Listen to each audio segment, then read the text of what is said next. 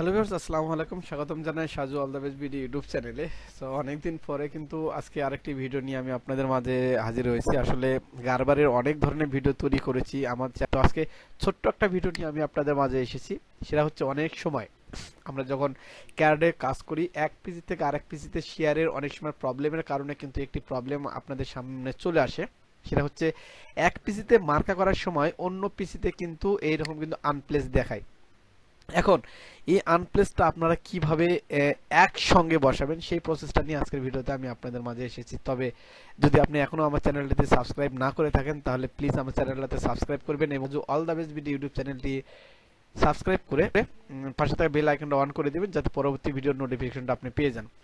তো ছোট্ট একটি ভিডিও, এই ভিডিওতে আমি আপনাদেরকে দেখাবো যে এটা আনপ্লেস হয়ে গেছে, এটা একসঙ্গে আপনারা কিভাবে করবেন। তো এটা করার জন্য অবশ্যই আপনাদের এই যে যে টুলবারটা দেখতেছেন এটার প্রয়োজন হবে। এই টুলবারটা যদি হারিয়ে যায়, এই টুলবারটা কোথা থেকে আনবেন?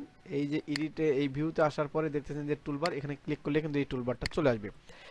এখান থেকে সবার আগে যে কাজটি করবেন, প্লেস নামে যে আইকনটা দেখতেছেন আমি আপনাদের দেখাচ্ছি, এই প্লেস নামে আইকনটাতে একটা ক্লিক করে দিবেন। এরপরে ঠিকানে গোল বার ওভাররাইডিং এখানে একটা ক্লিক করে দিবেন। ক্লিক করার পরে যে কোনো এক পাশ থেকে রাইট বাটন ক্লিক করে ঠিক এইভাবে এনে ছেড়ে দিবেন, তাহলে দেখবেন যে এটা প্লেস হয়ে যাবে। তো এইরকম মজার মজার ভিডিওগুলি যখনই সমস্যার সম্মুখীন হব তখনই আপনাদের মাঝে জানার চেষ্টা করব। এবং অনেক ভিডিওতে কিন্তু আমি আপনাদের শুধু অপশন নিয়ে কাজ করেছি। তো এখন থেকে আমি আপনাদেরকে একটি করে প্যাটার্ন তৈরি করে দেখিয়ে দেবো যে কিভাবে আপনারা অতি সহজভাবে একটি অনেক দ্রুতভাবে একটি প্যাটার্ন তৈরি করবেন। সো এই ছিল আজকের ভিডিও। পরবর্তী ভিডিওতে আবার নতুন কোনো অপশন নিয়ে আমি আপনাদের মাঝে আসবো। খোদা হাফেজ, ভালো থাকবেন।